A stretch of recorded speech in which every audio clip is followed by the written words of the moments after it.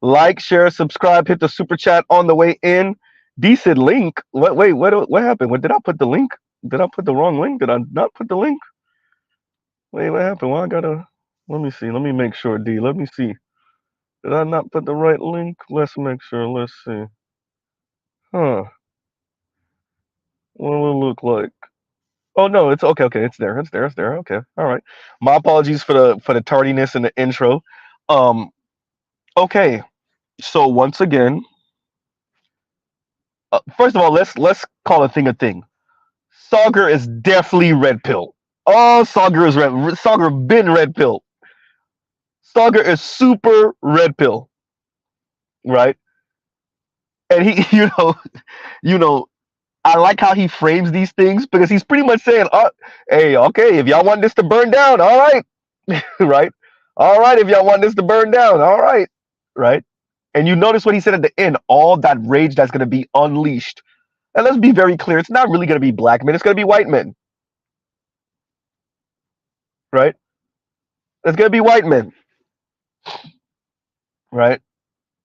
Because we're pricing them out, and let's call a thing a thing, bro. Like I hear you, FD, brother. You're not being honest enough. I'm just gonna be honest with you. You ain't being honest enough. You too busy not trying to hurt black women's feelings and women's feelings in general. Screw it. I'll say it.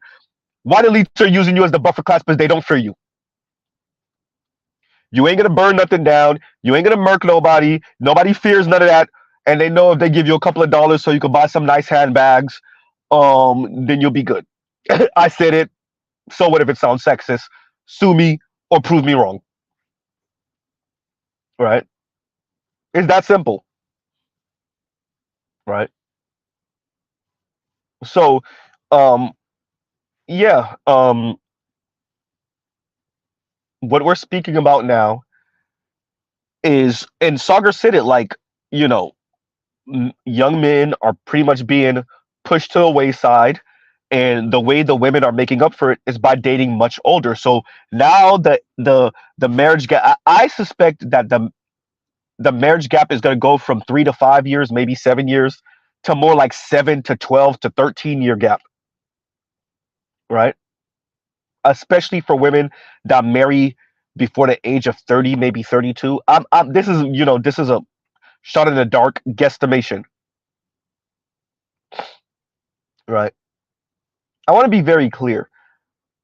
I don't think that more and more young people do not want to get married eventually. I don't think more and more people in general do not want to be married eventually. Even women, black women, oh yeah, Mr. Z said it, don't want to be married eventually. Now, there's a whole different debate about what that marriage looked like, right? That's a whole different conversation.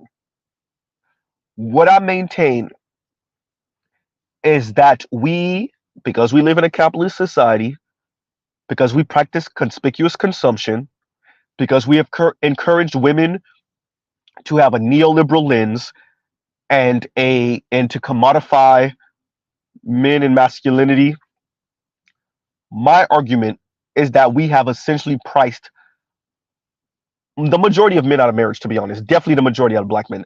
And when I say that, understand what Mr. Z is saying. And you even see this with the economically unattractive men are leading to a downturn in marriage. That article and the subsequent coverage of it was not speaking about men's view of marriage and relationship when they're down on their luck financially or when they're not earning enough. It was speaking about women's view of men in marriage. Let's be very clear, because somewhere is some lefty that's going to try to say, no, no, no, no, this is a patriarchal understanding. Yeah, that sounds nice. But once again, this is women's view, right?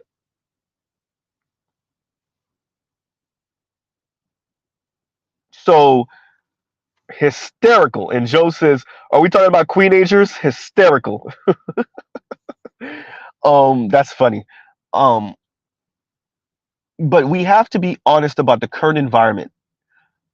And I actually, y'all already know shoestring budget, Velcro budget, spit shine budget, etc., etc. But I kind of want to start this off playing this clip so we can frame what we're speaking about, right? Because I maintain that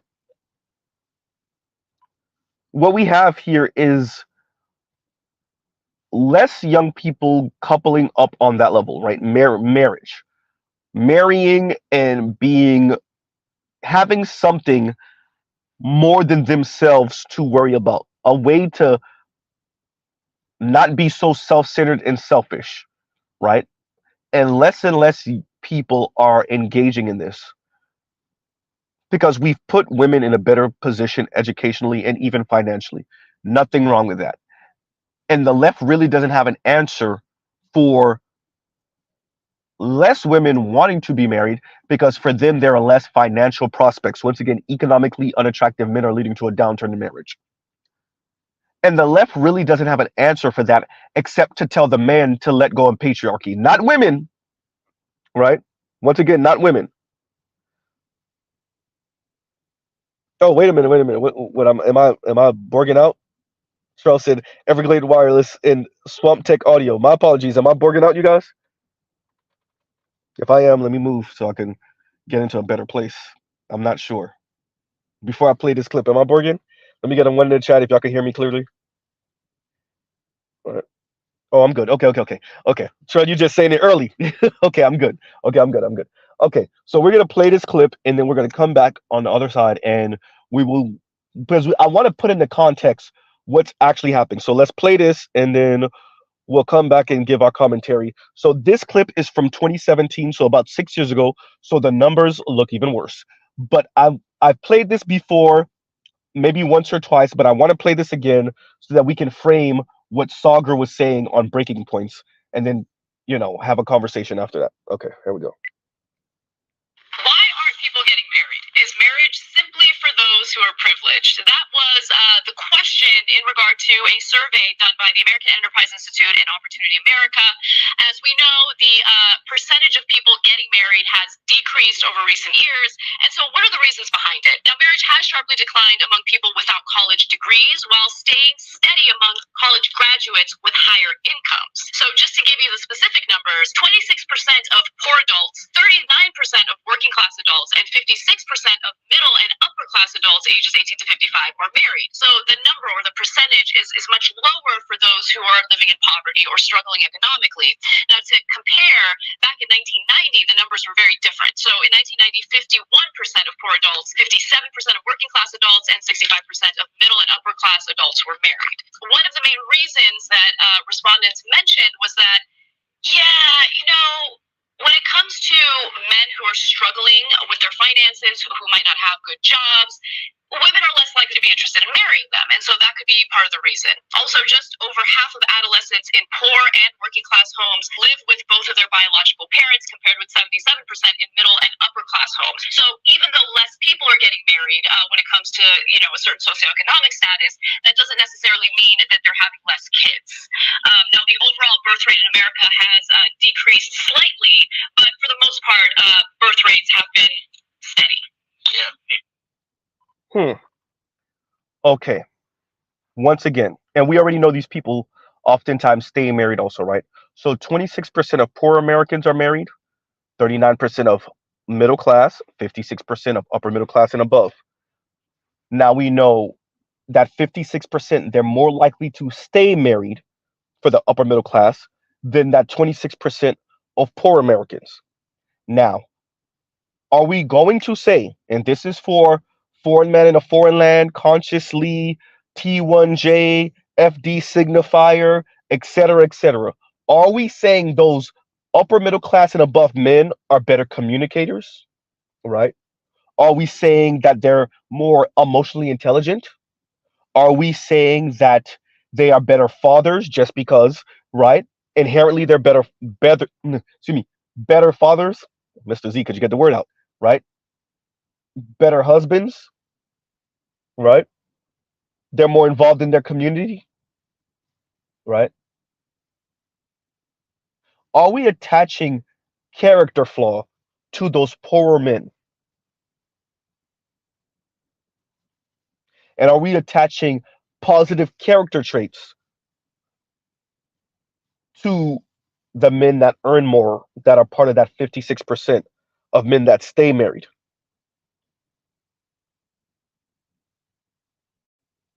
right? Why is it that the better off men financially not only are more likely to be married, but more likely to stay married,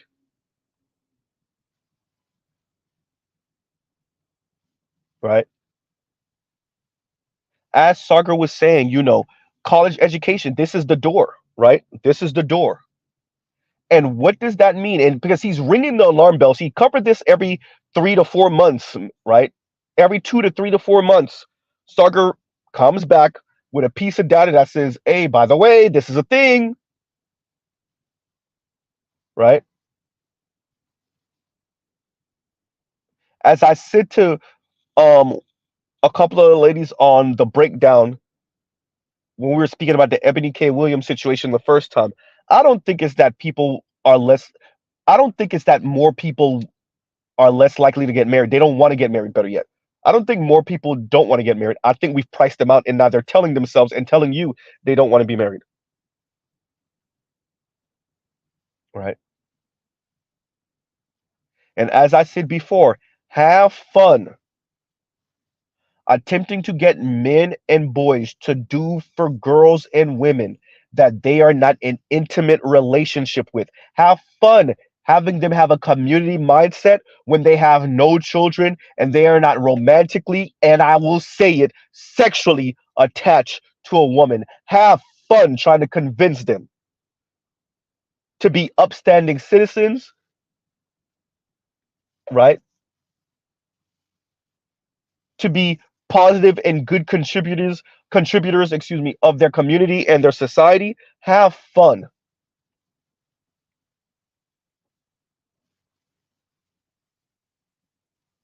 right?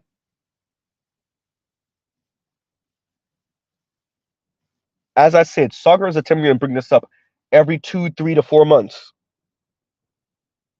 Hey, there's an issue here. I don't think it's going to look good, right?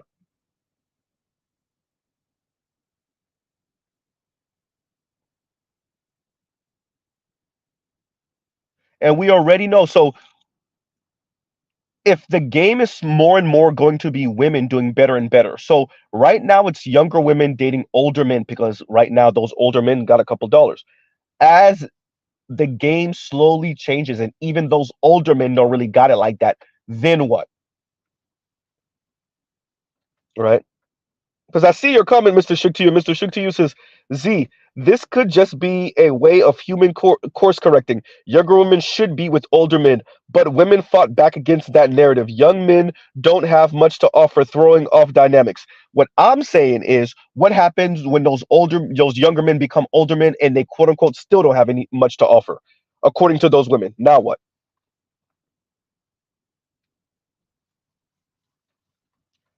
Breaking news, right? Da da da da da da. Wrong sound clip, but I'm gonna use it anyway. And Big Kev says, and thank you for the super chat. Did you hear Destiny getting divorced? I did not hear that. No, I did not.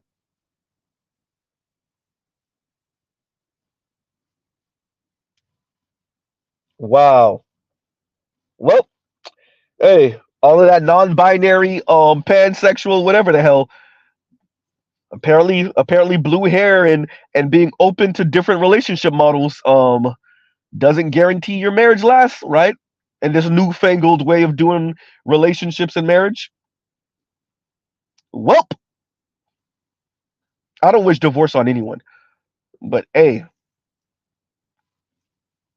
you know, everyone gets well, not everyone gets divorced, but these different relationship models don't guarantee you anything. They don't guarantee that you don't get divorced, right?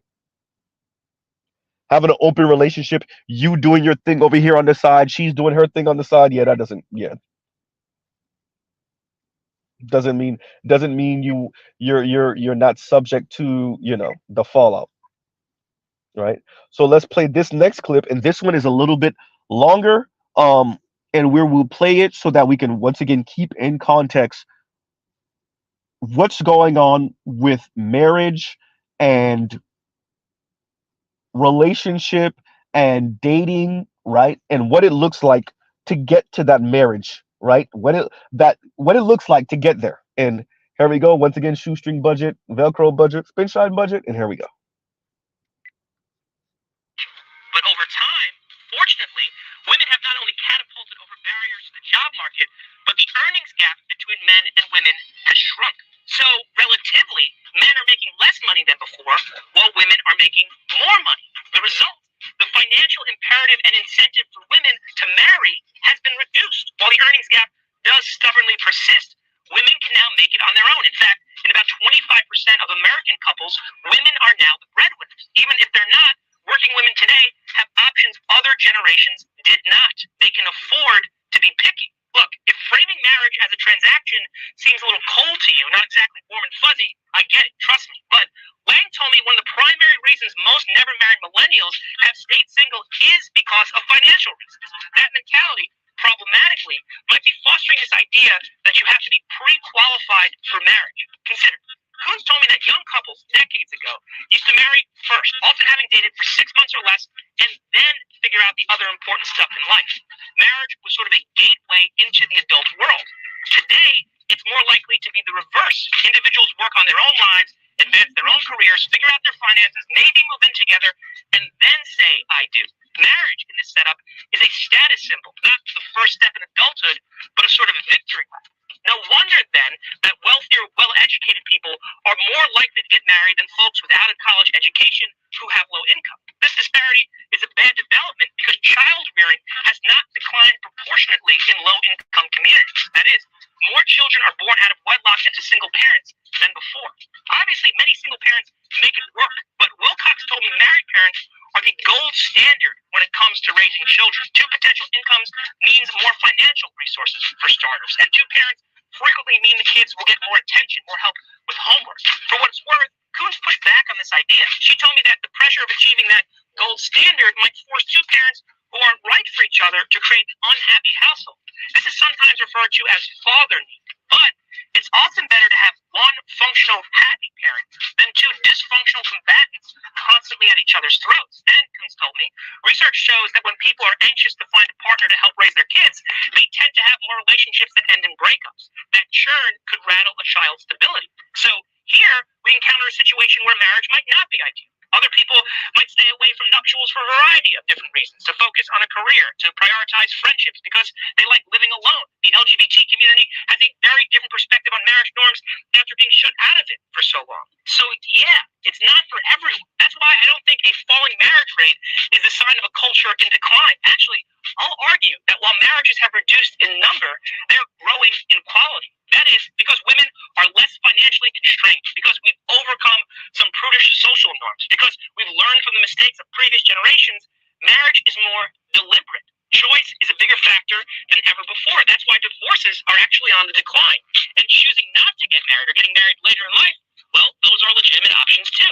However, when economic anxieties prevent that choice, when a lack of access to education pushes us into the undesirable category, well, there's something deeply unfair about that. So here's yet another reason to create good jobs and improve education. It will give more people the choice to get married or not.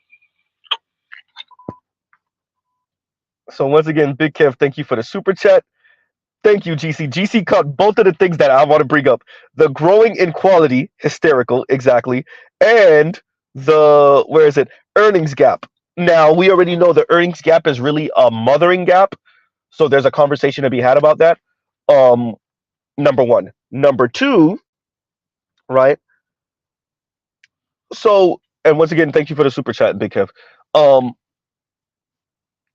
Number two, so this growing inequality thing, right? And thank you, GC. Exactly, exactly.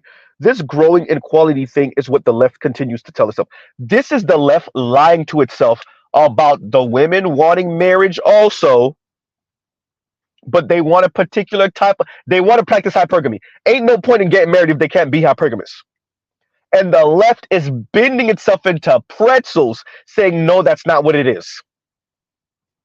If you don't believe me, check out my most recent interview and conversation with FD Signifier. Right?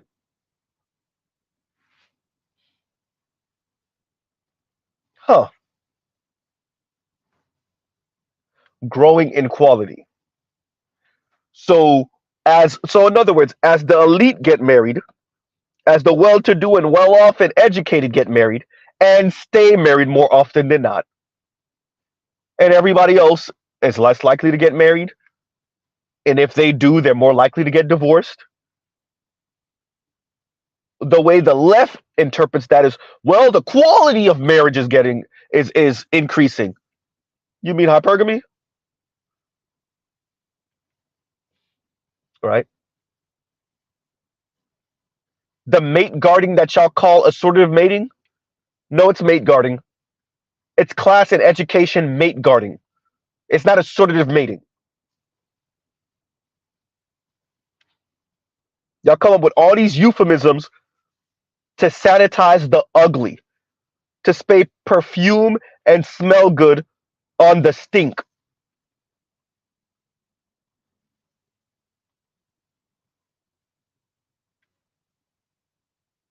right? That's why I brought up to FD Signifier. As Dr. Richard Reeves said, we took the brakes off of women, and who would have ever knew they would have surpassed boys and men in this way and that way? When Mr. Z says we took the brakes off of women, and who would have knew that they still wanted to be hypergamous? Oops. Who would have knew that they would have been like, yeah, that marrying men that earn less, yeah, about that, right?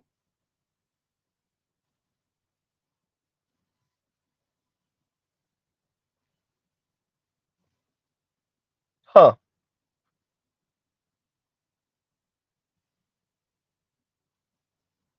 So notice what he said at the end there. It's kind of unfair if what we're actually doing is pricing normal folks out of marriage. Yeah, that's the part that all of Cornbread Tube refuses to acknowledge. That's the part that all of the level up, swirler, divester, black women in luxury, no struggle love women refuse to acknowledge. They think it's a black thing. No, it's a man thing. Of course, it's gonna hit black men hardest and the most. I mean, it's called anti-blackness, white hegemony, white dominated nation on a white dominated planet. Of course, it's gonna hit black men the hardest and the most. But even your working class white and Latino man, and even some Asian men, oops,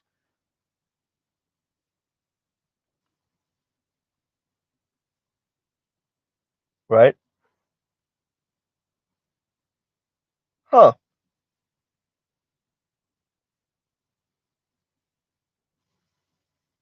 When you tell women what this is going to look like, that's when they get off the bus. That is what Anne Marie Slaughter said, right?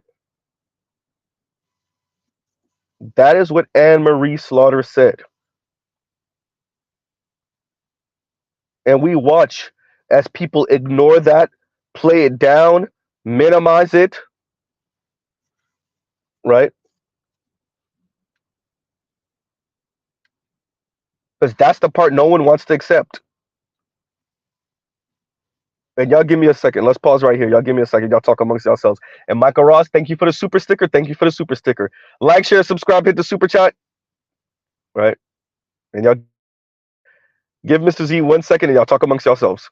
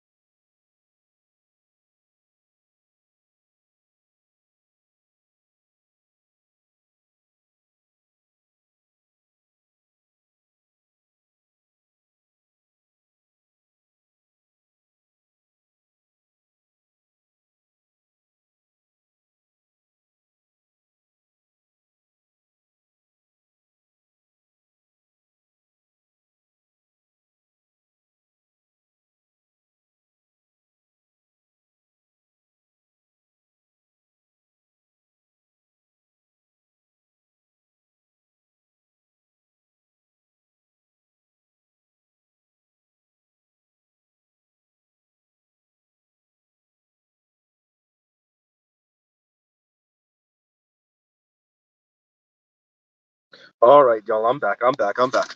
Okay, so I had to hurry up and record this clip. My apologies. I should have did this earlier, but the Anne Marie Slaughter clip. So I had to play it in context for this conversation. I got it. We're gonna play it. To stress how Anne Marie Slaughter sees this world as a feminist, a white feminist, and how what she's saying, right? Especially, well, towards the end, focus on what she's saying about how essentially we have 15% of women who are kick-ass and can pull this off pretty much as magic, and everyone else. Okay, buffering. Okay, Can you guys hear me?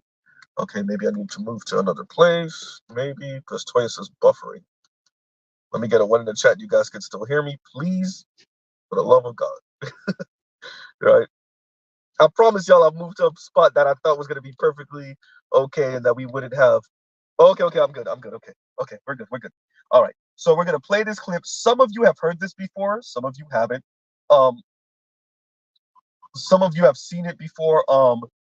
Art of Immore has played it. BGS has played it. I've made reference to it multiple times. Um, but I think this is important in context of the conversation about dating and marriage, education, money, and hypergamy, right? Once again, education, money, and hypergamy, right? And so let's play this. This is Anne Marie Slaughter. She used to work for the Clinton administration, and I think she has a very, once again, self-entitled feminist, and I think she has a very interesting take, and a way more realistic take, that if this quote unquote egalitarianism is supposed to happen, what it might look like and how women aren't signing up for that. Did you hear that, FD? How women, I didn't say men, once again, how women, let's say that one more again, Z, how women aren't signing up for that, right? And let's play that one more again. There we go. Because as feminist women, we want to be equal. But if you say to us, yeah, but you know what, male CEOs have full-time caregivers at home. Find a male CEO who has a family, who has a wife or a partner who is not a caregiver. I define that person. So then you say to the same women, so if we want to be CEOs, yes, we're superhuman and all that stuff, but you know what? Actually, you can't really expect us to do 24/7 jobs any differently than the guys do. So if we're going to be here and we're going to be in those top positions, we need a lead caregiver, as I have. My husband obviously has a full-time job. It's great, but he's the lead parent because I could not be the lead breadwinner if he were not the lead parent. I simply couldn't. Somebody's got to. I mean, even 15 and 17, particularly in 15 and 17, somebody has to be there. As we discovered, we saw that Alzheimer's last night. We came home. Our 15-year-olds have been left home alone. Somebody ought to be. So, place was trash. Stop it. Pizza boxes. We won't go there. So then you say, okay, so you want to be the CEO or the president of the university or the surgeon or the scientist, whatever. You've got to marry somebody who is willing to support you in the homework, family, in the way he's going to support you. Believe me, you're not going to be able to do what you want to do without it. But that's probably what you're going to have to do. And maybe from trade a lot, but he's going to have to do that part of the time. And in fact, many women get off the bus. They don't want to marry a guy like that. They don't think a guy like that is nasty. Indeed, the guys who do that, I know I'm in Brooklyn, and Brooklyn is the home of, Brooklyn gives the line. There are more stay-at-home dads here than probably anywhere else in the U.S. Work from home dads or lead caregiver dads, or however you want to put it. But in most places in the U.S., those dads with the women they engage with on the on the playground think they're a little odd. Do not think of them as a model of masculinity. We can't have it both ways, right? Just as I'm growing up, don't be too smart. You don't be too smart around a guy who wants you. Well, right, that vision of femininity had to change. It had to change. Guys had to think that women who are powerful and smart and competitive were attractive, because otherwise we couldn't do it. Well, you know what? We have to think that a guy with his family first, that a guy says, I want to be a parent. I'm going to for a promotion. I'm not going to be the most powerful guy out there. We have to say, you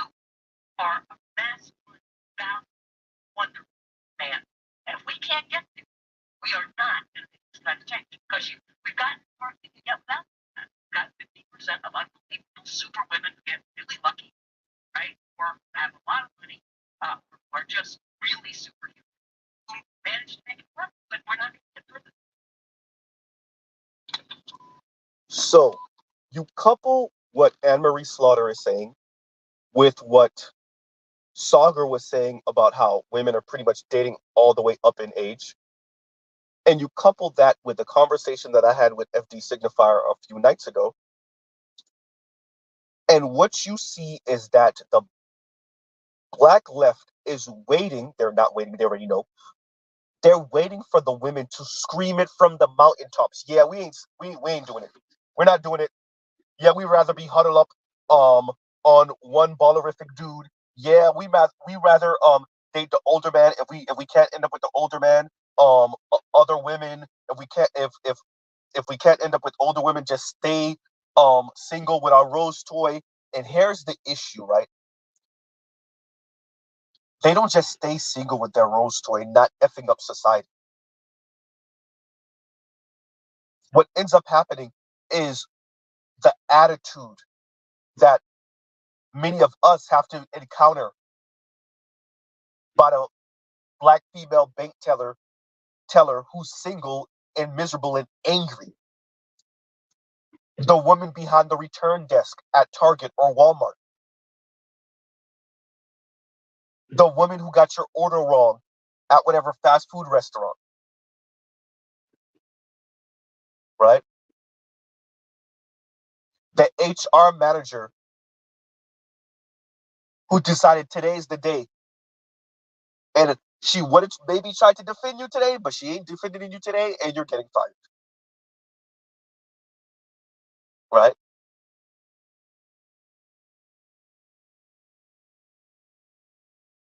Huh.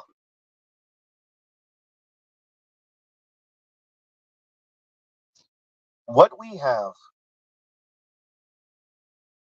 as I said to FD Signifier, are women's actions. Forget their words. Their actions. And what their actions are showing. Did you hear that foreign man in a foreign land? Their actions. Everybody virtue signaling, especially the black left. Their actions. There is a reason the marriage rate is what it is. You heard the white dude from Be Me. It's kind of unfair. No, really unfair. That certain people are being put in the undesirable category for what? And we're not talking about one or two losers, right? We're not talking about the bottom 5%. We're talking about masses of people, men. As I said to FD Signifier, egalitarianism, first of all, I already have problems with the idea because I don't really think it's real, but fine. Did y'all tell the women about it? No. Okay, then. Well, there you go.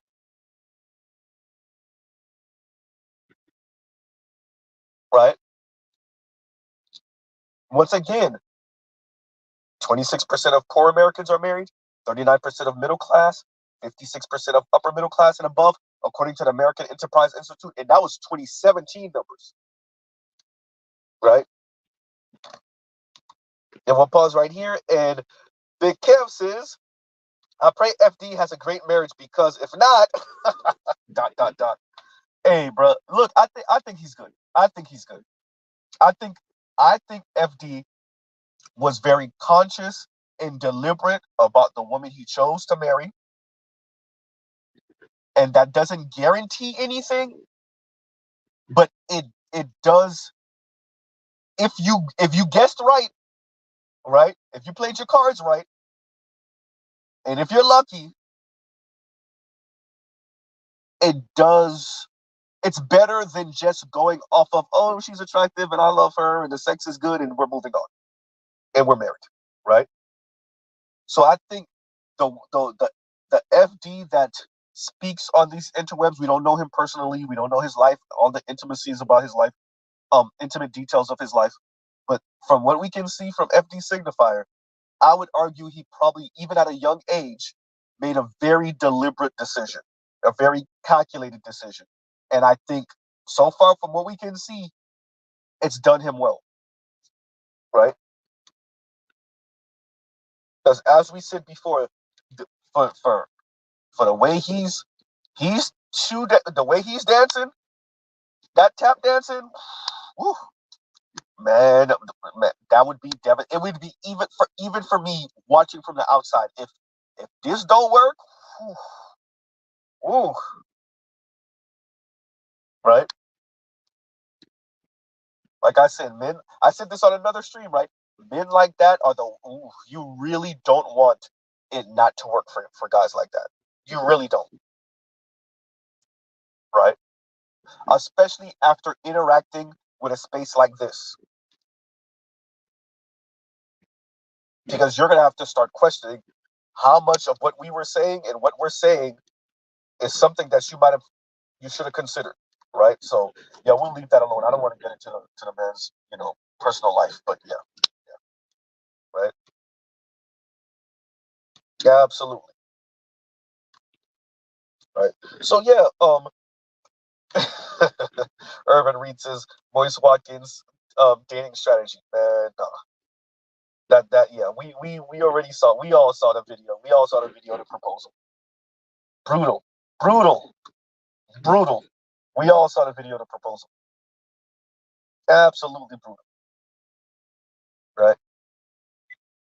But what do you expect?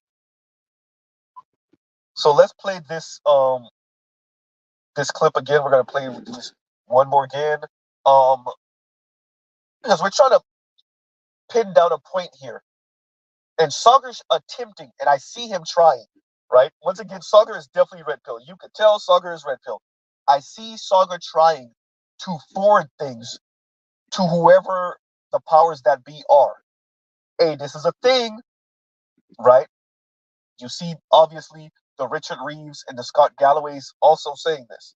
But for these news commentators and pundits and talking heads, Sagar has consistently been like, hey, this is a thing. So like I said, I definitely think Sagar is red pill, and he's doing his job, or he's doing the best he can at bringing this and doing it in a professional manner, right?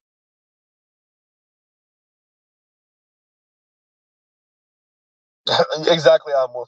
And Amwolf says, FD's relationship will be just fine. He did make his woman a woman of leisure.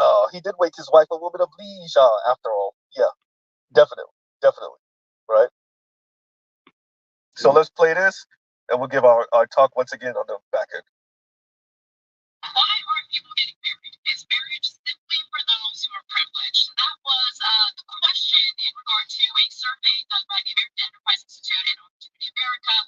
As we know, the percentage of people getting married has decreased over recent years. And so what are the reasons behind it? Now, marriage has sharply declined among people without college degrees, while staying steady among college graduates with higher incomes. So just to give you the specific numbers, 26% of poor adults, 39% of working class adults, and 56% of middle and upper class adults ages 18 to 55 were married. So the number, or the percentage, is much lower for those who are living in poverty or struggling economically. Now, to compare, back in 1990, the numbers were very different. So in 1990, 51% of poor adults, 57% of working class adults, and 65% of middle and upper class adults were married. One of the main reasons that respondents mentioned was that, yeah, when it comes to men who are struggling with their finances, who might not have good jobs, women are less likely to be interested in marrying them. And so that could be part of the reason. Also, just over half of adolescents in poor and working class homes live with both of their biological parents, compared with 77% in middle and upper class homes. So even though less people are getting married when it comes to a certain socioeconomic status, that doesn't necessarily mean that they're having less kids. Now, the overall birth rate in America has decreased slightly, but for the most part, birth rates have been steady. Huh. Now, what was that question again? Is marriage for who? Is marriage only for the elites? Was that the question? Right? Let's hear that intro again. Why aren't people getting married? Is marriage simply for those who are privileged? That was Is marriage simply for those who are privileged? Is marriage simply for those who are privileged? Oh, yeah. She is married. And Lithium says, Anna Kasparian, who is a whole ass married. Yeah, but and she is. And she, I will say her take on marriage is maybe more aligned with us. I've watched other clips of her speaking on this and actually telling women to slow their roll on some of this, insanity. Believe it or not, the Black Manosphere would more align with her, at least what she said. Over the past, I've watched Anna cover this for close to a decade, actually. Then we would align with Sync. Believe it or not, I think you would be surprised how much you would agree with Anna Kasparian on this than Sync, at least from what I've seen so far. At least from what I've seen, right?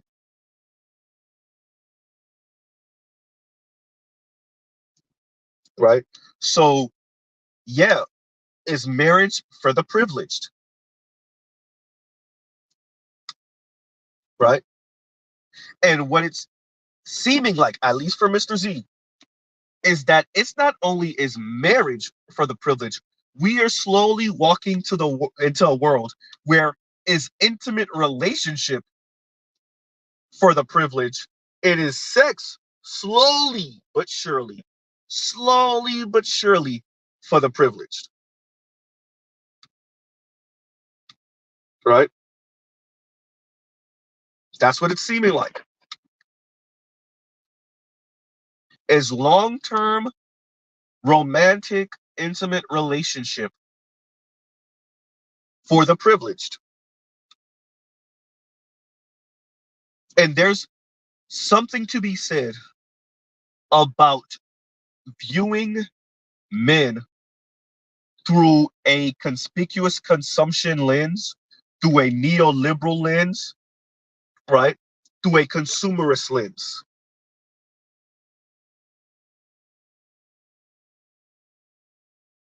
Right? So for all the talk we hear of objectifying women, objectifying women, objectifying women, objectifying women for their bodies, objectifying women for sex, seeing women as nothing but sex objects and sex toys, there is something to be said about seeing men as nothing but status symbols and walking wallets. Walking wallets, over glorified guard dogs, right? Huh.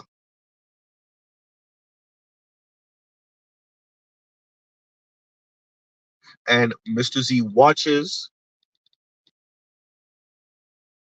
as the political right, that includes the black, I said the political right, sorry, the political left, that includes the black political left, not attempt to truly address this and what it may mean in the long run for the black community, but attempt to shame black men to do for black women, even though they're not romantically and intimately attached to black women writ large.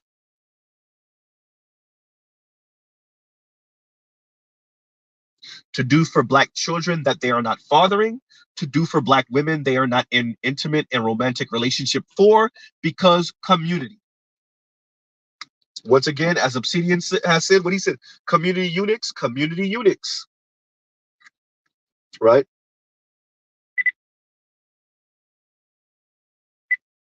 And the shaming tactic of attempting to get black men to buy into this anyway, right?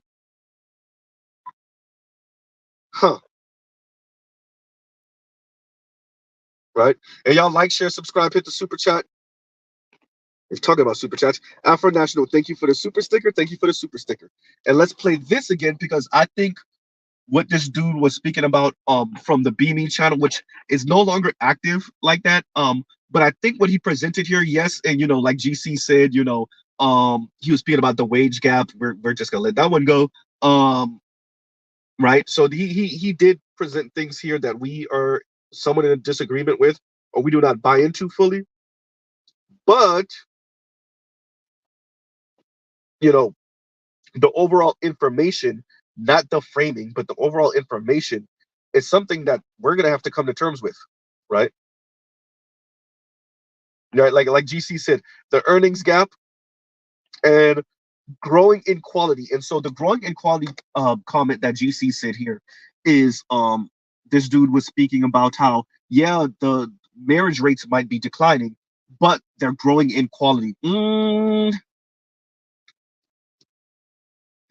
As I said before, have fun attempting to get men to do for women, men to uphold society and play their part when they are no longer attached to women and are not having children in a growing number, right? In a growing number. That's going to be the fun part, right? And so let's play this one more again, and here we go. But over time, unfortunately, women have not only had multiple barriers to the job market, but the earnings gap between men and women has shrunk. So, relatively, men are making less money than before, while women are making more money. The result, the financial imperative and incentive for women to marry has been reduced. While the earnings gap does stubbornly persist, women can now make it on their own. In fact, in about 25% of American couples, women are now the breadwinners, even if they're not. Working women today have options other generations did not. They can afford to be picky. Look, if framing marriage as a transaction seems uncool to you, not exactly worth money, I get it, trust me. But Lang told me one of the primary reasons most never married millennials have stayed single is because of financial. That mentality, problematically, might be fostering this idea that you have to be pre-qualified for marriage. Consider, Coach told me that young couples decades ago used to marry first, after having dated for 6 months or less, and then figure out the other important stuff in life. Marriage was sort of a gateway into the adult world. Today, it's more likely to be the reverse. Individuals work on their own lives, advance their own careers, figure out their finance, maybe move in together, and then say, I did. Marriage, instead of, is a status symbol, not the first step in adulthood, but a sort of a victory. No wonder then that wealthier, well-educated people are more likely to get married than folks without a college education who have lived it. This disparity is a bad development because childbearing has not declined proportionately in low-income communities. That is, more children are born out of wedlock into single parents. Obviously, many single parents make it work, but Wilcox told me married parents are the gold standard when it comes to raising children. Two potential incomes means more financial resources for starters, and two parents quickly means kids will get more attention from home. For what's worth, Coach pushed back on this idea. She told me that the pressure of achieving that gold standard might force two parents who are right for each other to create one happy household. This is sometimes referred to as father, but it's often better to have one functional parent than two dysfunctional compatibles constantly at each other's throat. And research shows that when people are anxious to find a partner to help raise their kids, they tend to have relationship dependent breakups that sure could rattle the child's stability. So here we encounter a situation where marriage might not be ideal. Other people might stay away from nuptials for a variety of different reasons, to focus on a career, to prioritize friendships because they like living alone. The LGBT community has a very different perspective on marriage norms and being shut out of it for so yeah, it's not for everyone. That's why I don't think a falling marriage rate is a sign of a culture to decline. Actually, I'll argue that while marriages have reduced in number, they're growing in quality. That is because women are less financially constrained, because we've overcome some prudish social norms, because we've learned from the mistakes of previous generations. Marriage is more deliberate. Choice is a bigger factor than ever before. That's why divorces are actually on the decline.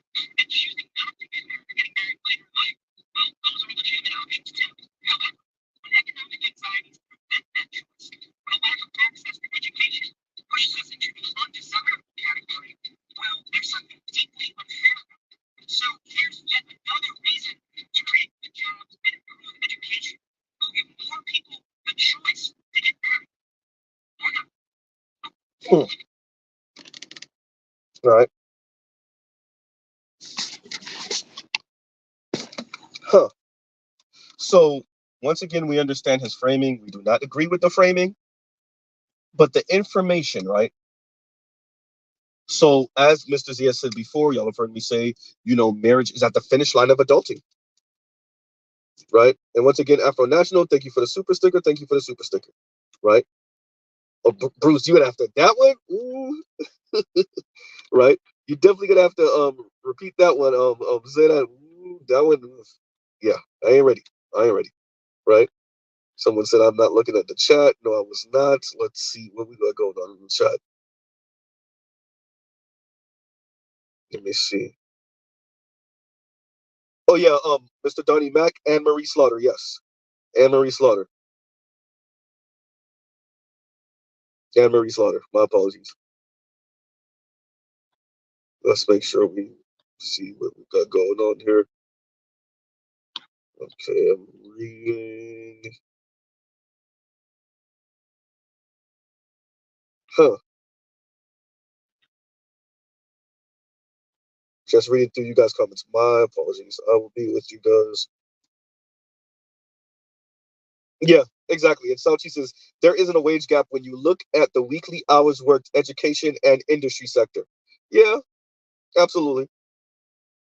And by the way, everyone, I will be putting the links to what I covered in the description box after the stream, so you guys don't have to go searching around. And my apologies. I only put the main topic, which is us speaking about what Sagar covered, Sagar and Jetty, from Breaking Points, and we are using the clips that I am playing to pin down, as I said before, and as this dude said, which is marriage is at the finish line of adulting, right? You have to have all your ducks in a row. This is not the age of our parents, maybe our grandparents, that walked into adulthood, married, having children, and that was a sign of becoming an adult or being an adult. No, marriage and childbirth, if we are to do it quote unquote correctly with this new model, or with this current model, better yet, marriage and having a child in a nuclear family is at the finish line of adulting, right?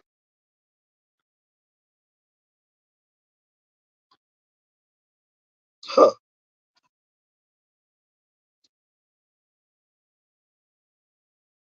And that is not really the choice of men.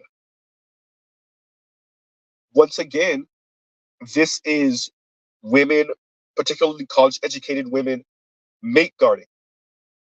So sending down their particular worldview, right? Their particular ethos, right? Their particular sensibilities.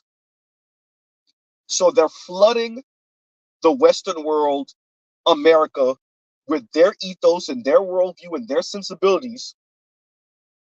White women, right? While they live their life, eventually get married, mate guard, right? Class mate guard, and call it assertive mating. No, you're mate guarding.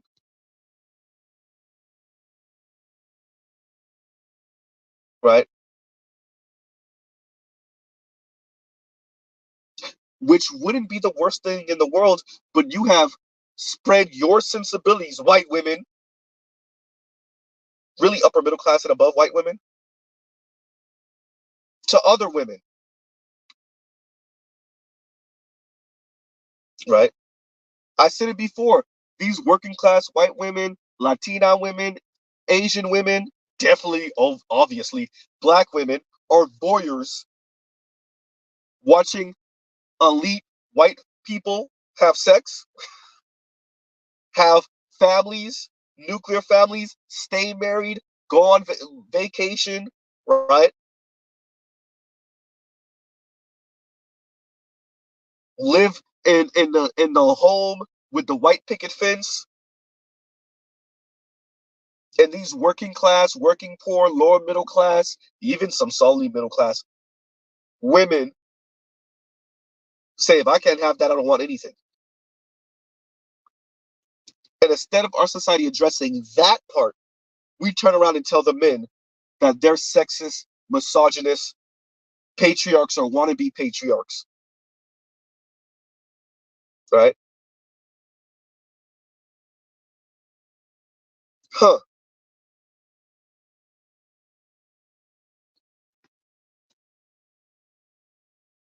right?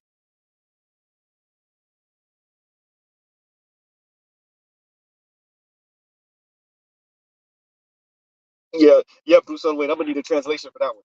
I'm gonna need a translation for that one. And Lithium said Tone Talks did a what on it? Click on it,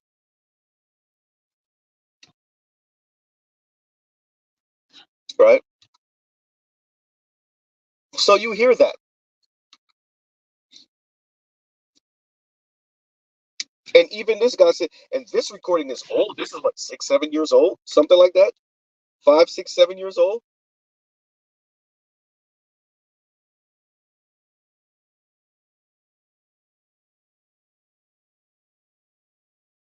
And he's telling you, hey, this may not be fair. No, it isn't. And that's okay. We're men. We understand life ain't fair. We understand how the rules go, right? We get it.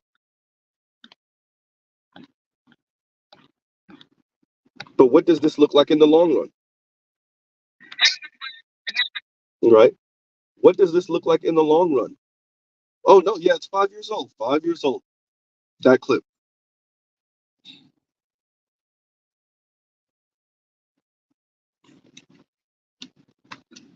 Right?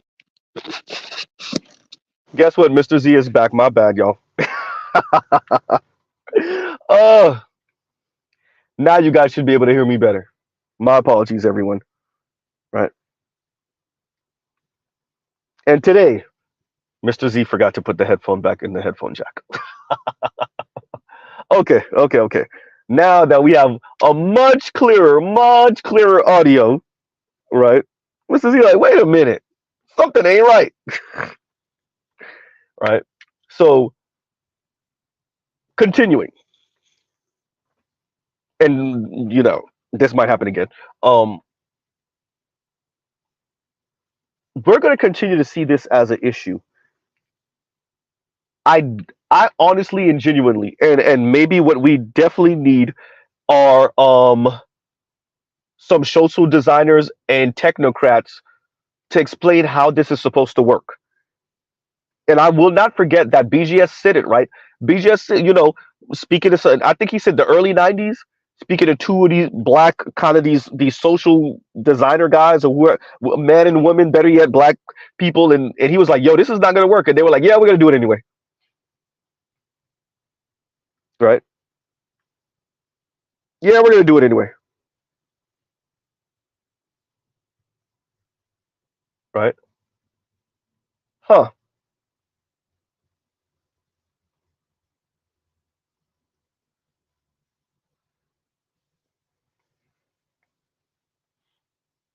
So knowing that this isn't working, watching the declining marriage rate, watching the declining birth rate, watching young men, and once again, the reason why that matters is because on the other side are more men not investing into your society.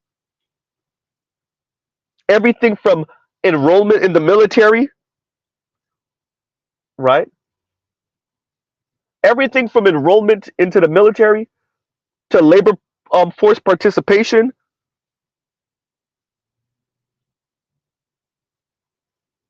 to anecdotal things like boys and men assisting girls and women in their time of need. We're watching all of that decrease,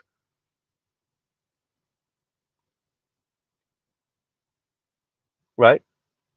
Let me take this from Yanni. What's the incentive?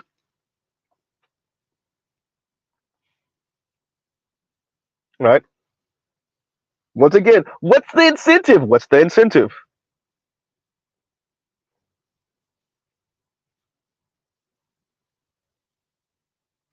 Right?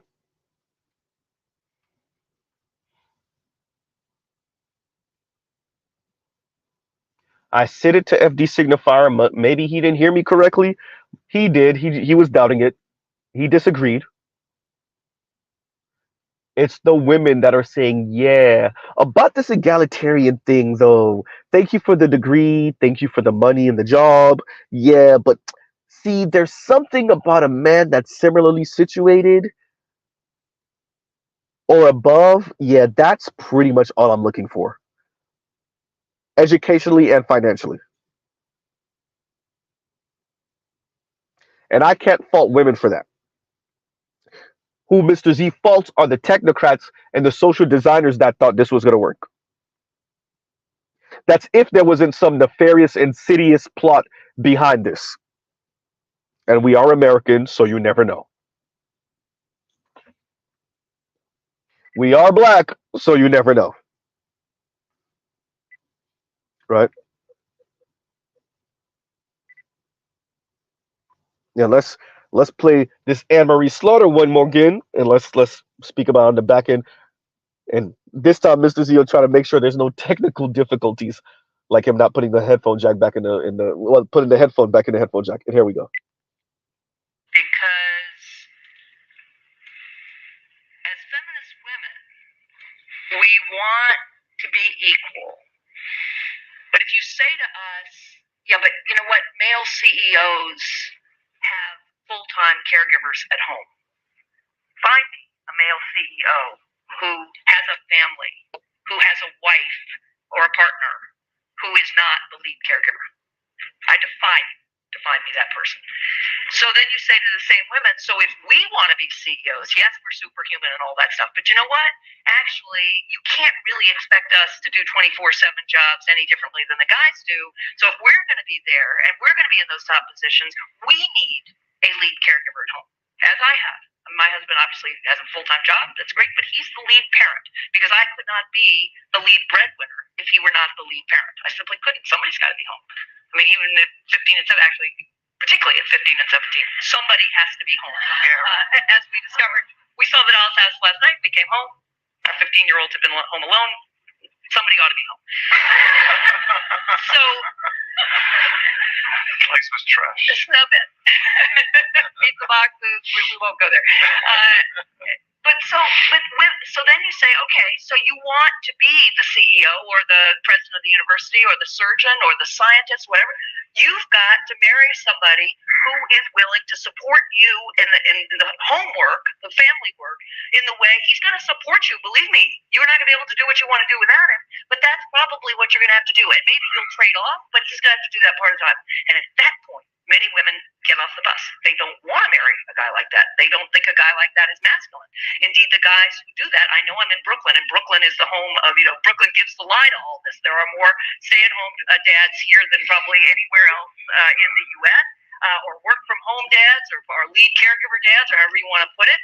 But in most places in the U.S., those dads report that the women they engage with on the on the playground think they're a little odd. Do not think of them as a model of masculinity. We can't have it both ways, right? Just as I was told growing up, don't be too smart. You don't be too smart around a guy. He won't want you. Well, right, that vision of femininity had to change. It had to change. Guys had to think that women who are powerful and smart and competitive were attractive, because otherwise we couldn't do it. Well, you know what? We have to think that a guy puts his family first, that a guy says, no, I want to be the lead parent. I'm going to defer a promotion. I'm not going to be the most powerful guy out there. We have to say, you are a masculine, valued, wonderful man.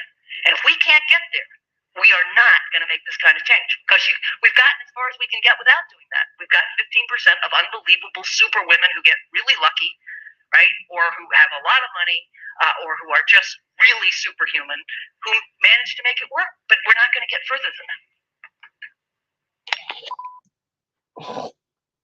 Yeah, we'll just, because Mr. Z is not going to read what Bruce Wayne put up earlier, because that's just going to expose how bad my Creole is. So we'll read this one, which is Bruce Wayne saying, "Poor men should not have relationships with women. This should be for rich men only." Pretty much, that is what we are slowly but surely walking into more and more, right?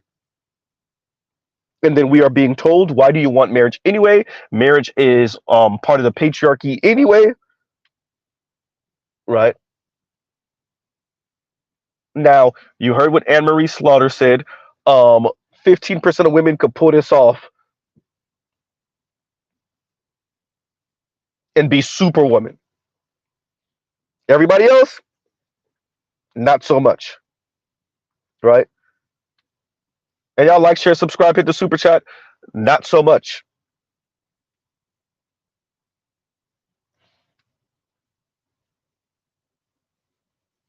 right? And Lithium, this is true. And Lithium says women rather freestyle or be single than deal with average dudes. It's only going to get worse. And quite frankly, I don't have a problem with that if everybody's okay with dealing with the consequences of that on the other side, right? If everyone's okay with dealing with the consequences on the other side. See, that's the issue. The issue is that people know that that's going to be a thing and they don't want to deal with the consequences, the indifference from men as women freestyle and do their own thing instead of being, if they can't be with the baller dudes, at worst, the,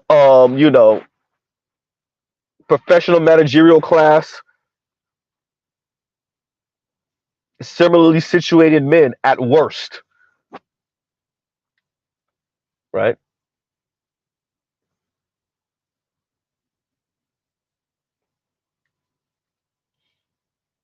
Exactly, Leon. I don't have no problem with what she said. She was being 100% honest. It's the women.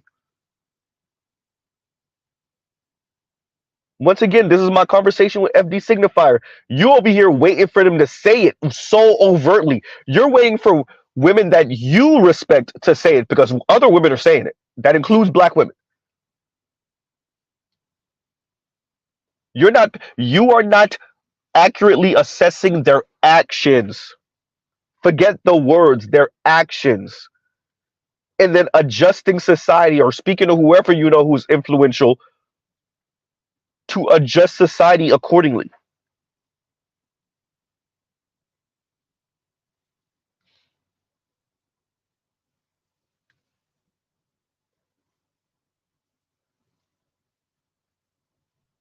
Right?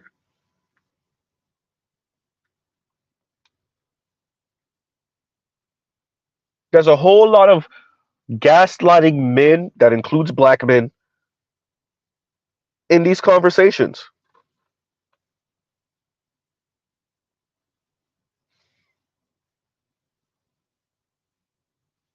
And Lithium is correct about this. Women across the board in the West have low level contempt for men in the West, millennials and Zoomers especially.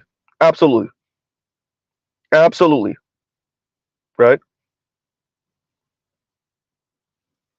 Irvin Reed says hypergamy slash gynocracy spreading like radiation poison, like this is Fallout.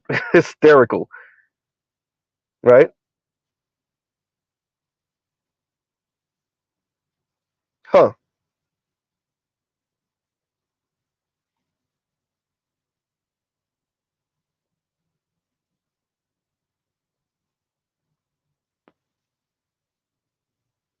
This is absolutely insane. And what we have are a whole bunch of people lying to our men and boys.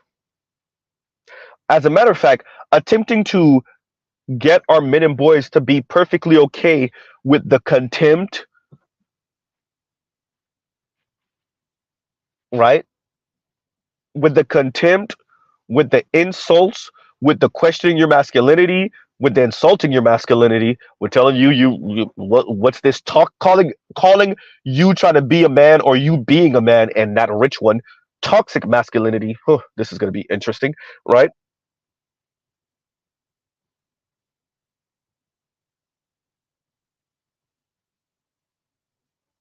So what we have is Sagar covering this for the 1 billionth time, attempting to pull whoever's coattails and say, "Oh, this is a thing. This is gonna look good," right?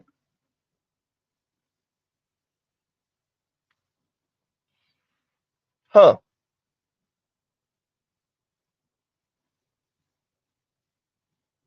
And what we have are a whole bunch of people like Foreign Man in a Foreign Land and FD Signifier tell us we don't know what we're talking about.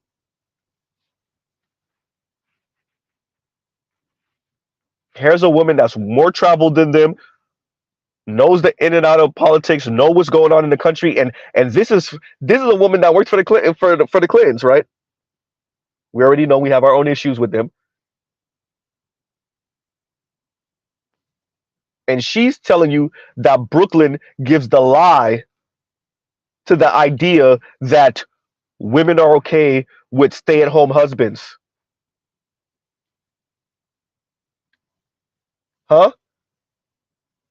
I want to remix that and say the left, the radical left, the intersectional left gives the lie to how many women are okay with men that earn less and with stay-at-home fathers, right?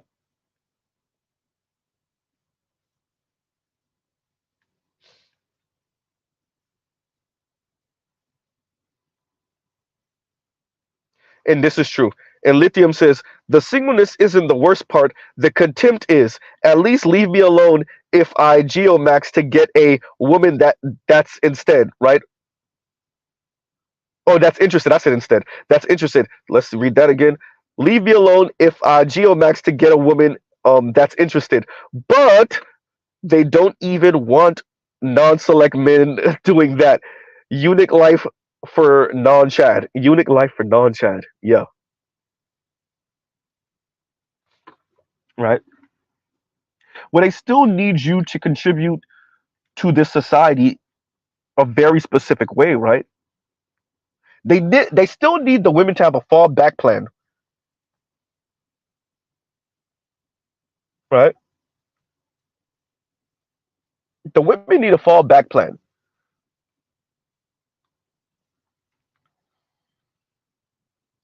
Even if she's grinding her teeth to dust, right?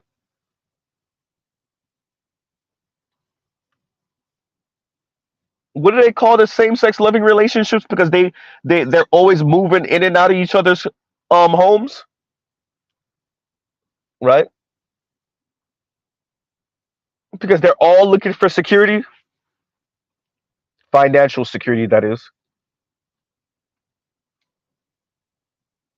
right?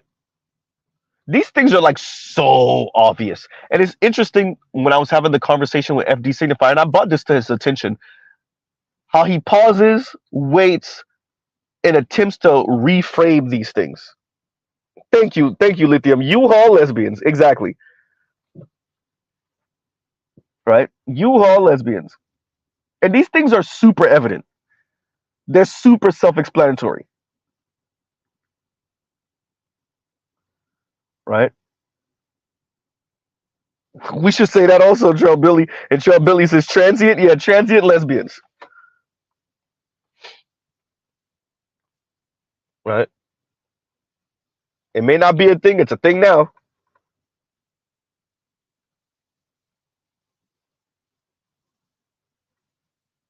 And it wouldn't matter, and it shouldn't matter outside of the contempt,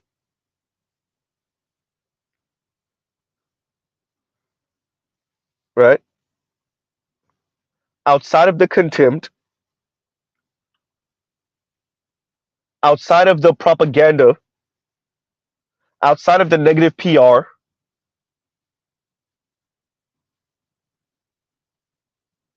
right? Outside of the slander,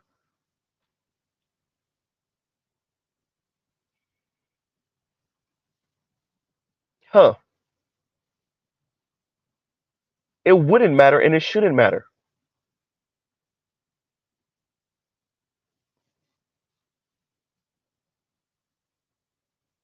right? It wouldn't matter and it shouldn't matter. But the problem is that the women are screaming. And I said that to FD and he kind of played it down like I didn't know what I was speaking about. Like I'm hyper focused on only social media and the internet and what women are saying on social media and the internet. You mean the women on social media and the internet who don't have these big followings and these big whatever, and then be like, yeah, I didn't want to be single. I didn't sign up for this. I don't want to be I want to be a kept woman, or I want to be a woman that is in a relationship with a man that earns a little bit more than me or whatever. What I am presenting here is that we are pricing men out of the ability, normal men out of the ability to do that because we are giving that wealth to elite women. And so elite women and elite men are running out the back door with everything while elite women still spread and pass down their sensibilities.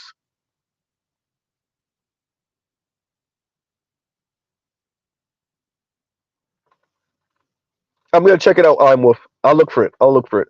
And I'm Wolf says, Z, I sent you audio file weeks ago about a lesbian being used financially by a woman who wasn't gay. That perfectly encapsulates your point. And we said this, shout out to the brother, the Roger Report. He said that on his channel, right? We've said this before. I said that to the when I covered the channel A Space for Us, which is hosted by masculine and male presenting lesbian black women, same sex loving black women, and much of my response to them was exactly what you're saying, I'm with. That there are plenty of women, especially black women, that deal with other black women, same sex loving black women, especially the more male presenting ones, because they done burnt every goddamn bridge with black men. The interracial relationship thing does not look promising. So they end up being exactly what Terrell is saying: stud bins, stud bands, and stud daddies. Stud daddies is just easier to pronounce. Stud daddies, right? The last option exactly. And I posted a Twitter comment a little while ago where a brother responded to a sister that said, um, lesbian relationships are like are pretty much the same as black men with heavyset white women. It's your last shot and your last chance at happiness. At faking happiness. Let's make sure he said something along those lines, right? Black women in same sex living relationships is equivalent to black men with heavyset white women. It's your last chance to fake happiness or to feign happiness, something along those lines,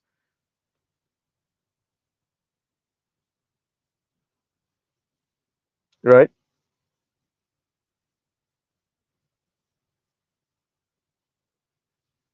Huh.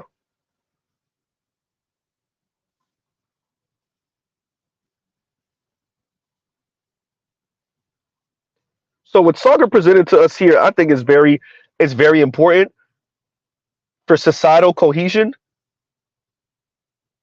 right? As we watch the marriage rate plummet, and then we watch more and more men, fall out of society, and we just need to call it what it is. They are not participating. This is their quiet protest. Men in general, young men specifically, this is their quiet protest. Y'all heard of quiet quitting, right? This is their quiet protest. We will not participate in a society. We will not do in a society that has priced us out of the most basic thing in pretty much human history, to be able to procreate with one woman and pass on your lineage. Y'all pretty much pricing us out of that. And you've you know socialized and the women to pretty much look at us as nothing but walking wallets and overglorified guard dogs, and to put the bar for that to the moon. That's another one. D, laying flat, right? Let it rot, all of that, right?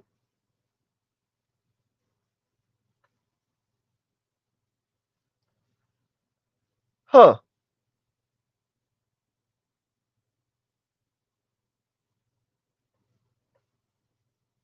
And we cover this, and Mr. Z covers this, so that once again we can show, first of all, Sagar is red pill.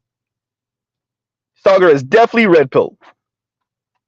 But secondly, somewhere out there, shout out to James Ingram, somewhere out there is talking heads and pundits who know what's going on and who are bold enough to report on it. Now, I disagree with Sagar on a whole lot. Right?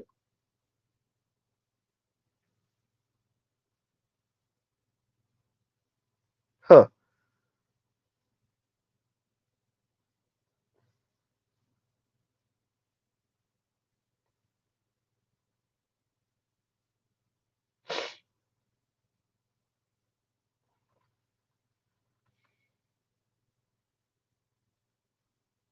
Exactly. And Leon says, I just hate when he brings up wanting to be patriarchs, but the women are not safe. LOL. Okay, let's solve that.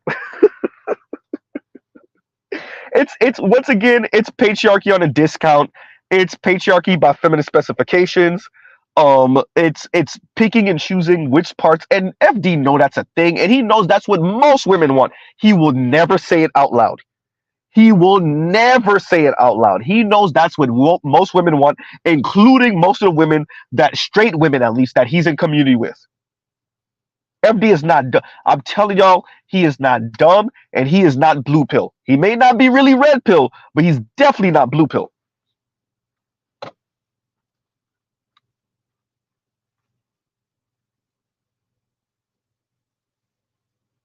Right. FD is here to shame us into a particular role, which is do and be community minded and don't expect no goddamn vagina. Don't expect the relationship. Don't expect the children. Just do. And if you're good enough, if you're a good enough boy,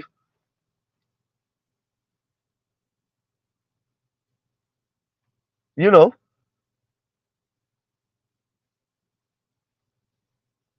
if you don't, what did he say? We scaring the hoes. If you don't scare the hoes with your misogyny and your faux patriarchy,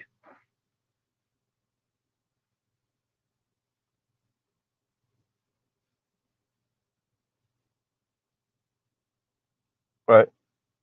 Then maybe, just maybe, one of them will choose you.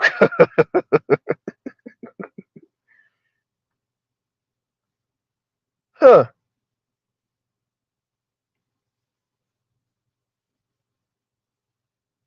You imagine?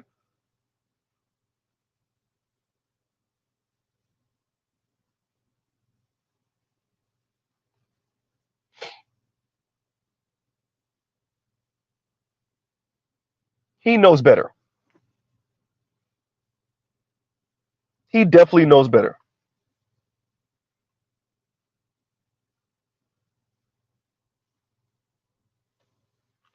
right? And we're gonna continue to have this. I argue for I don't know, for the near future.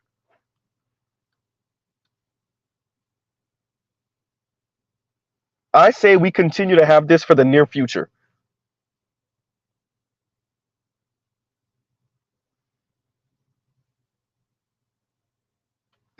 Alliances. Alliances. We are not given the red pill tag. I didn't call him red pill. We are not given. I call Saga the red pill, not FD signifier. We are not given the red pill tag to people just because he sees it but ignores it and thinks we're weird. That's a negative. I did not say FD's red pill. That's not what I said. Right?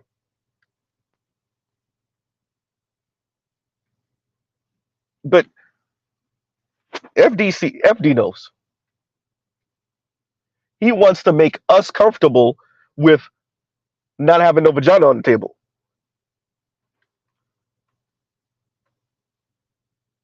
Right? As Obsidian said, being community eunuchs just because. Right? BJ said, who else is on the list? Foreign man in a foreign land, Bahamian cat, right? Consciously, right? I actually was just listening to a foreign man. As a matter of fact, let me put that in the comments for y'all right now. Let's give Mr. Z a second because I was just listening to that. Here we go. Here we go. Let me put this in there for y'all. Wait a minute. Like, share, subscribe, hit the super chat. Let's put this in here so that you guys can see. And here's foreign man in a foreign land. Right. There's one. Right. That's foreign man in a foreign land, Bahamian cat. Right. Let's see who's next. Consciously. Let's see. I know he has a Instagram. Let's see. Does he have a YouTube channel? Yes, he does. There we go. Consciously. Right. Next up.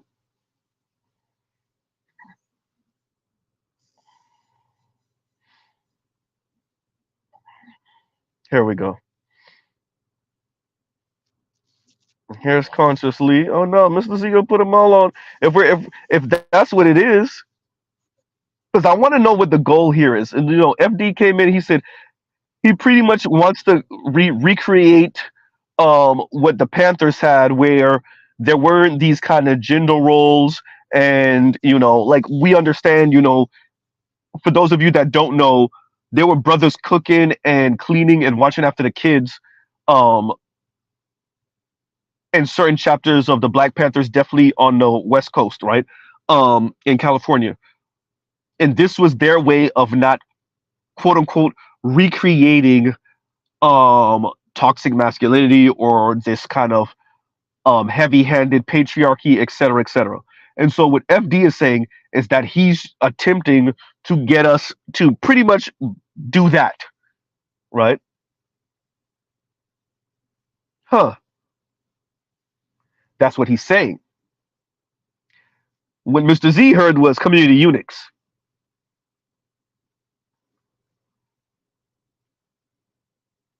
Right? That's what Mr. Z heard. Right? That's what I heard.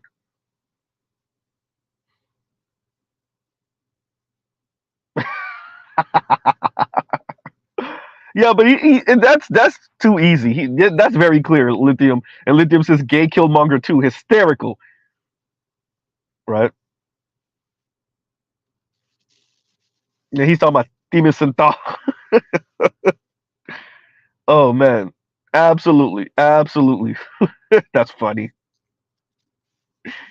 This dude got the hairstyle, and everybody calling this dude gay killmonger. It's hysterical. Right? And RO says the Bible versus Luciferianism. That is what the gynocracy is hidden in plain sight. Luciferianism, where men are subjected to women with few exceptions. Yeah.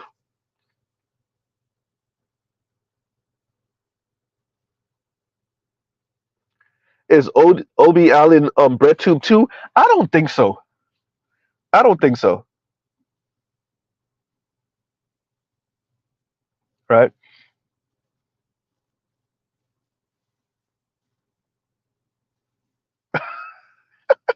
And Joe said, "You're scaring the hoes. Bring the hoes that like to be scared." Hysterical. And if you notice, like the disrespect is real. The disrespect is real. The poking at us and making fun of us is real. The weirdos thing is real. Like these people mock us, insult us, belittle us. Yeah.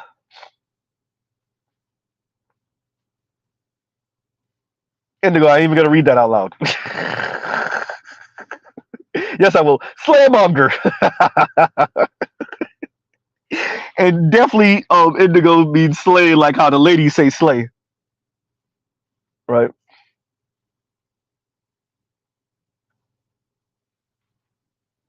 But of course they mock us and make fun of us, and we're the butt of their jokes because we're looking for archaic, or we are demanding archaic, old, sexist, misogynist relationship models, and we need to get with the times. And women aren't going back to the kitchen, and they swear that's what we want: women to be barefoot and pregnant in the kitchen, don't say nothing, um, uh, assume the position on your knees when we walk into the door, like, you know, yeah. Take this backhand if you talk back. All they really think we try to go back to like the Stone Age on them, right? That's the framing,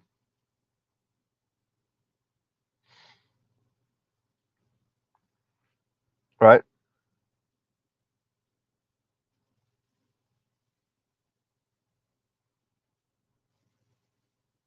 And the gynocracy is definitely hidden in plain sight. But is it hidden though, Oro?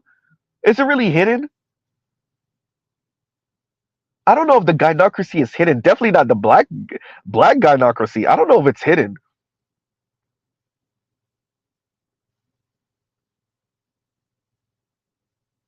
right?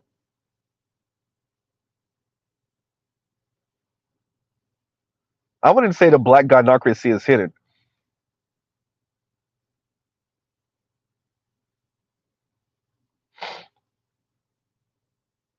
You know, I think what and Oro says, these modern women are serpents, pure evil serpents. And thank you for the super chat, right? And thank you for the previous one. I would say this.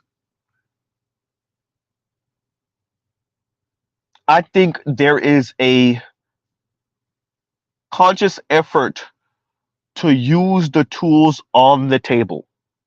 So this is where the Roger report comes up, and he says you have to be held accountable for what you believe in, right?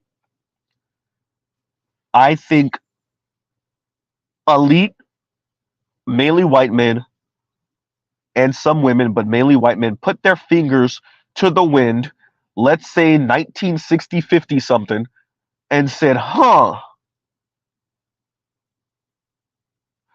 we have an excess of boomer boys turning into men. And what can we do to keep them from doing what masses of men and boys tend to do,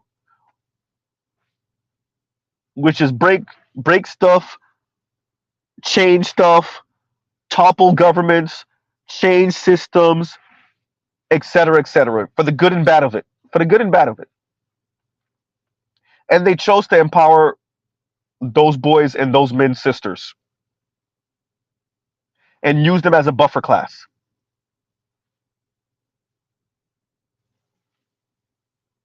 If I have to put on my tinfoil hat, that's what I would say. Right?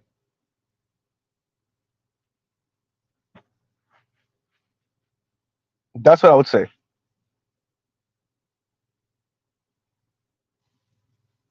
Right?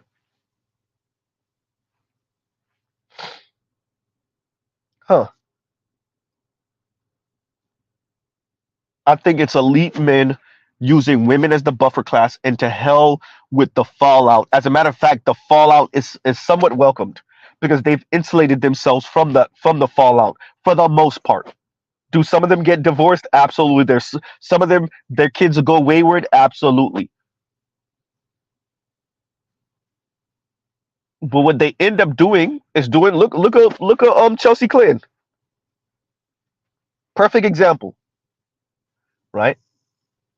All that I am woman, hear me roar, Hillary Clinton stuff. Yeah, but your daughter married the son of a slime ball scammer. She has what, two? Chelsea has what, two kids? Y'all don't really hear from Chelsea Clinton like that, right? Living a plush, nice life. The Bush twins, same difference, right? McCain's kids, same difference,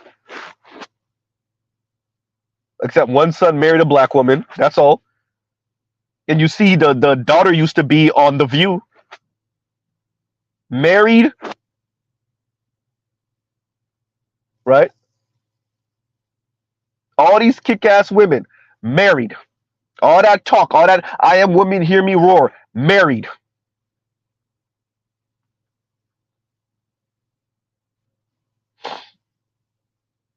Right?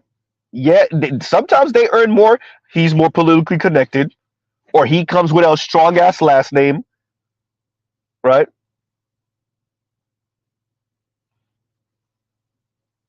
Huh.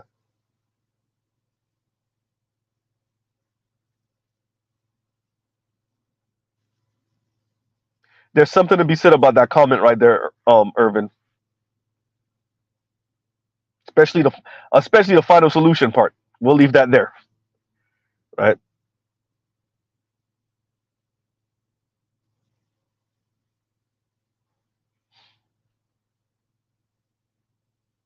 So Soccer keeps on covering these things. Like I said, every couple months, every 2 to 3 months, Soccer will cover this.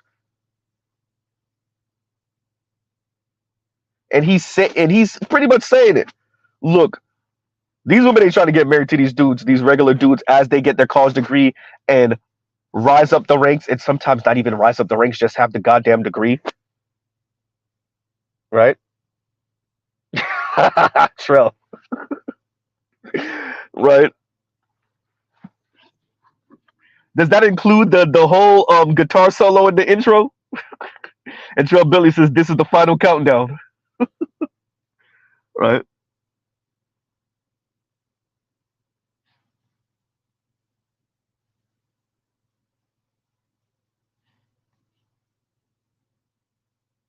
Huh. Like I said, Sagar keeps on covering this, and yeah. And apparently he's trying to pull somebody's coattails. He's trying to say something to someone. Hey, wake up. This ain't looking good. And this is what I'm saying. It's easier for women to marry or date older now. Right?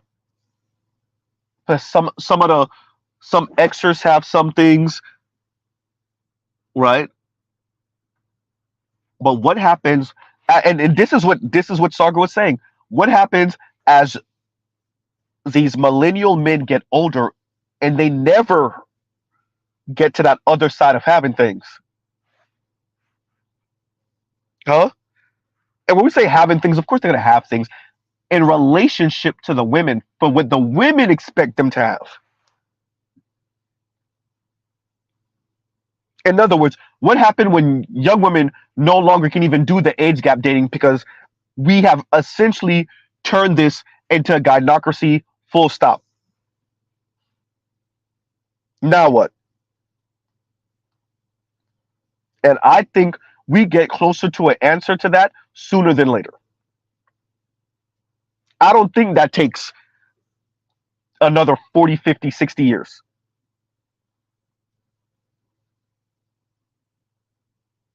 Thank you. Thank you, Trell. Exactly. Right?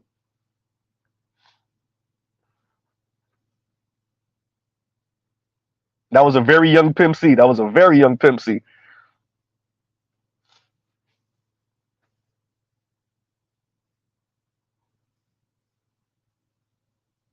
Right. As a matter of fact, he almost doesn't sound like Pimp C there. Hmm. So on that note, everyone, um, look, I think, and shout out to BGS.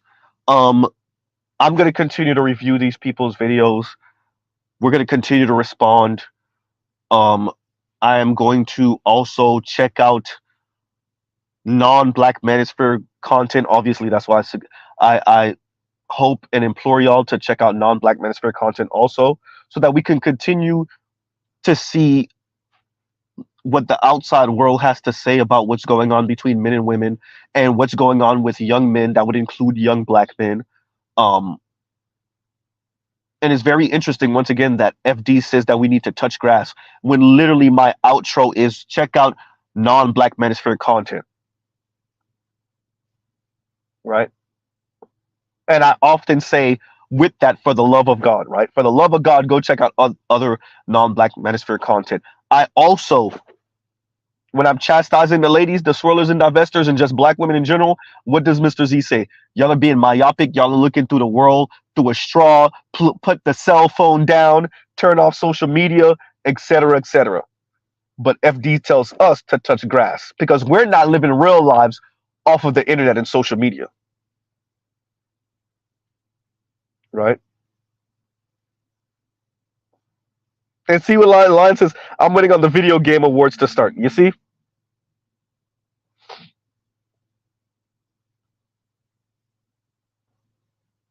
Huh.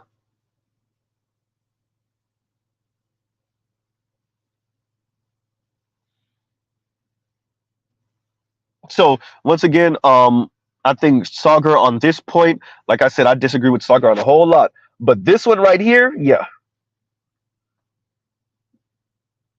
Right. So I look forward to seeing what BGS does with foreign man in a foreign land, and what he's saying in his POV, and consciously in his POV, right?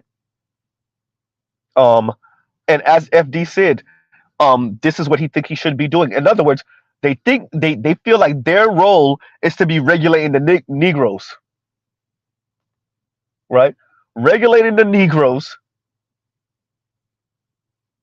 and every once in a while, blinking, you'll miss it, comment about, okay. Maybe you have a point here, but let me put it in context. Maybe you have a point there, but let me put it in context.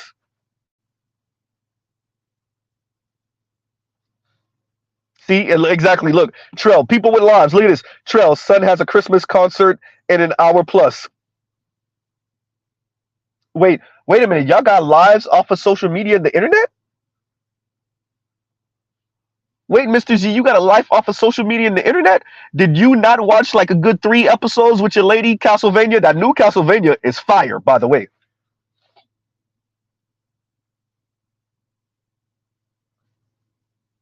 I literally Netflix and chill with my lady last night. Get your mind out the gutter, like really Netflix and chill. Right? Exactly, Nema. Exactly. Context. Don't you mean spin it? Exactly. You know, when they say context, they really mean spin it. Right? Thank you. Elias says, no, we don't watch divester content. Hey, it took a whole lot for me not to laugh, because Indigo had me dying in the comments. He was like, Z, now you got the man thinking that we all watch divester content. Oh man. No, he did that on purpose. He know y'all don't watch divester content. If he's listening, he knows it's Mr. Z, because I'm trying to prove a point. He knows.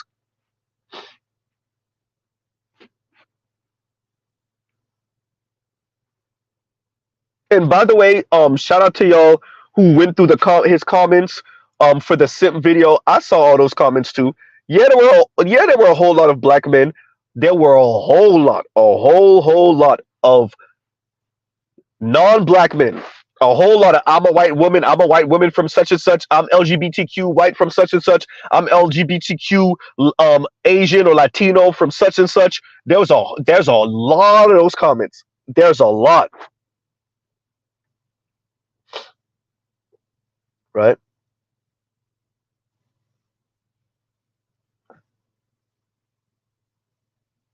It actually kind of made what his point was look really bad, because there's a lot of those comments.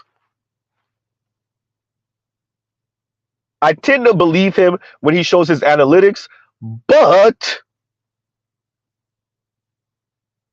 There's a lot of I'm a such and such that don't look like or sound like a black man. Definitely not a heterosexual straight black man. There's a lot of those comments, right? So coming to a close, look, um, I see what Sagar is doing. Um, Sagar is definitely red pill, and I see what he's doing, and I see him, like I said, trying to pull the coattails of whoever is the important people or the technocrats or the social designers, et cetera, and be like, excuse me, right? There's a there, right? Something's happening over here. It ain't gonna look good. And notice what he said about the rage when when it eventually burst, when the rage finally happens. Sagar's trying to say something. Let's see if they listen, and whoever the days are, right? And on that note, everyone, let me see. Am I gonna play one of these clips one more again? No, I'm not. No, I'm not. Because we have them, and I've played them before, and we're gonna play these things again, right?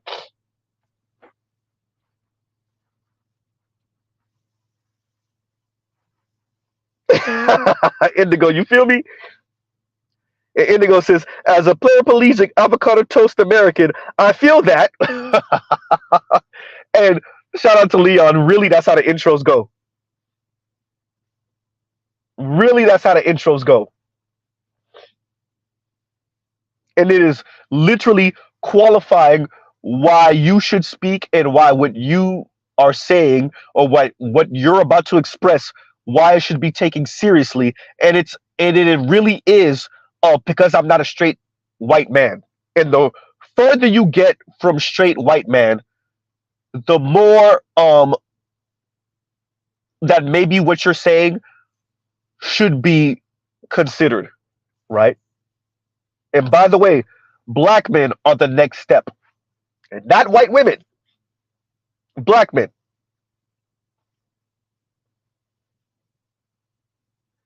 That was Bill Burr's whole point.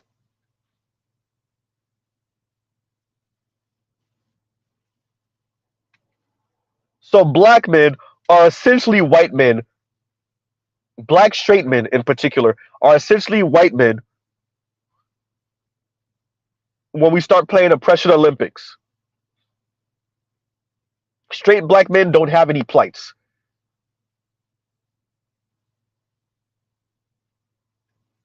And definitely not any that black women have helped to exacerbate, right?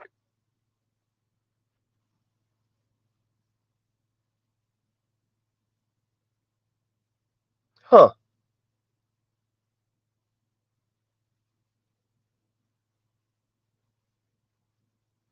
And once again, okay, you guys. On that note, we will pause right here. Truly, love, peace, and chicken grease. Y'all go check out other Black Manosphere content. Watch this, FD. Watch this. Watch this. Watch this.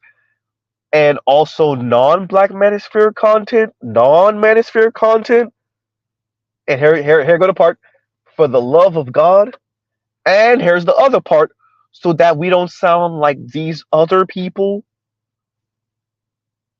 who don't go outside and don't look at the world and see what's going on in the real world off of social media and the internet. FD got the nerve to tell us to touch grass. Okay. And I really detest and resent him trying to make it seem like we're the weirdos.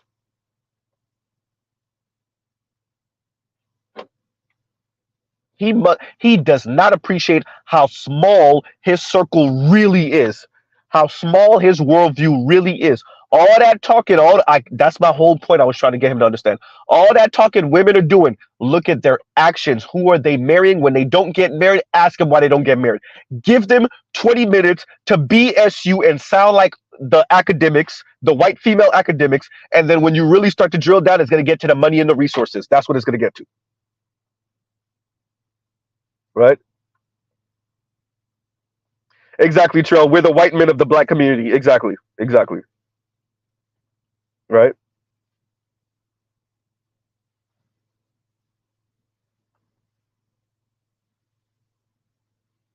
So on that note, everyone, um, like I said, love, peace, and chicken grease. Go check out other Black Manosphere content. Check out other non-Manosphere content for the love of God. So y'all don't sound like these people, including kind of sort of FD Signifier, who's kind of being a bit myopic here. Oops. Right? All right, everyone. Mr. Z out. Y'all have a great, great, great rest of y'all afternoon, nighttime. Yeah, Mr. Z out. All right, everyone.